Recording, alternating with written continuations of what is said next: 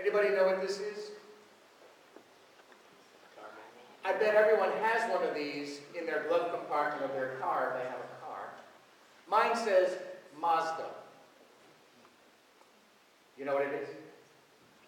Owner's manual, correct. Usually, included with an owner's manual of a car is something else inside this little packet. Any stabs at what it might be? A routine maintenance book that asks you every 5,000 miles, 10,000 miles, 15,000 miles to have your automobile checked. Because, you know, your car needs to have its oil changed, you know, and the fluids looked at, and the tires rotated. I happened to be on Church Street the other day, and there was a car in front of me that was going and spitting out this dark smoke and making this clanging noise. I said, I bet that car doesn't go in for routine maintenance. Routine maintenance is not only important for our cars and our machinery or our computers, it's also important for us in our spiritual lives. This season of Lent is that opportunity for us to have some routine maintenance. An opportunity for us to look inside and see what needs changing about ourselves. We are all called Christians. Sometimes we don't act like Christians. And we need to call ourselves on that. We need to look inside. We, believe it or not, are at spiritual war with so many forces of evil, not only out there, it's not just out there, but it is inside us. It's also in our classrooms, in our workplaces, in our homes, in our living situations. There is evil prevalent, and we need to check ourselves how we're doing in our spiritual battle against evil and how Christian we are. The church gives us this season of Lent, 6 weeks to look inside. And it offers us 3 weapons, if you want, for spiritual warfare: prayer, fasting, and almsgiving. Whenever you hear the word almsgiving, I bet you think of the collection basket, right? I gotta give to something. Take out your wallets or take out your pocketbooks. Almsgiving has a broader scope, actually, for us. It's not just donating money. It's also donating our time and talent. It's very important, that type of almsgiving in our lives, especially when we know that so many people are out there in need. Fasting, giving up something. When Lent started for me as a kid, I always said, oh, God, I hate this time. We were forced to give up something we loved, like chocolate or soda. We were forced to go to church and go to confession every Saturday at 4 o'clock. A bunch of friends, we would go to the church, which was less than a mile away, and we'd be talking and sharing, what are you going to say? Because, we didn't have that many sins to go every week at 4 o'clock on a Saturday. Yeah, I know, I'm sorry. We made up some of our sins. How was this high? I learned. Fasting, another story for us in our modern world. A student the other day told me that he was giving up Facebook for Lent.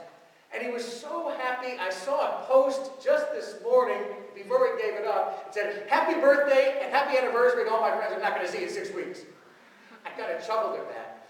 And I thought to myself, if only he was giving up his time spent on Facebook to pray, to go quietly somewhere and pray. What a wonderful use of 2 of those spiritual weapons God gives us, the church gives us for this season of Lent, to look inside of our lives. Fasting from something we like is good. I have some examples actually to give you that you can actually think of for fasting. Give up grumbling. Instead, give thanks for everything. Constructive criticism is okay, but moaning, groaning, and complaining are not Christian disciplines. How about giving up 10 to 15 minutes in bed? Instead, use that time for prayer, Bible study, or personal devotion. A few moments in prayer will help keep us focused throughout the day. How about giving up looking at other people's worst attributes? That is so easy for us, isn't it? It's so easy to see other people's faults. It's not so easy for us to look inside and admit our own. This is a time to do it. Give up speaking unkindly.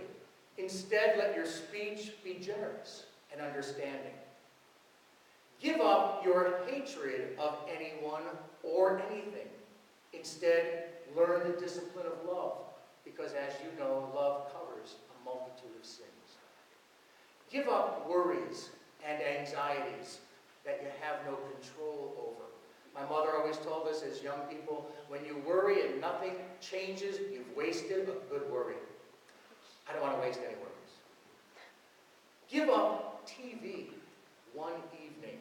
Instead, visit someone who's lonely or sick.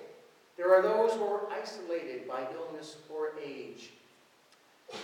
Give up buying anything but essentials for yourself. Instead, give the money to God or a local charity.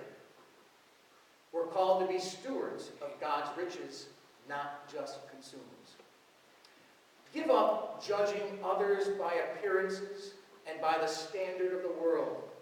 Instead, learn to give up yourself to God.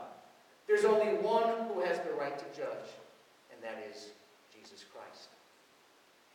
Another person told me the other day that they were going to give up chocolate. And I think they admitted that they were a chocoholic. And this would be a great sacrifice. But they couldn't wait till Easter came so that they'd go back to eating chocolate. And I asked this person, is this Lent some type of an endurance test? That you give up chocolate or coffee or whatever you're going to give up and you say, look at me, God. Haven't I done a great job in 60 days? Aren't I a great Christian? That's not what this is about. Lent is not an endurance test. I ask people actually to look into their lives and examine what they can change about themselves to be better Christians, not just for 60 or 6 weeks, just not for 40 days, the period of Lent, but for their entire lives. What's that little thing you can change? Not this big laundry list of things, because I guarantee you won't last 60 minutes. I say, look at something about yourself that you don't like. When I ask myself, what should I give up? I rather change the question. What do I think God would want me to give up? What is it about myself that I'm embarrassed to admit to God? What is it that I hold on to for dear life and I won't give to God?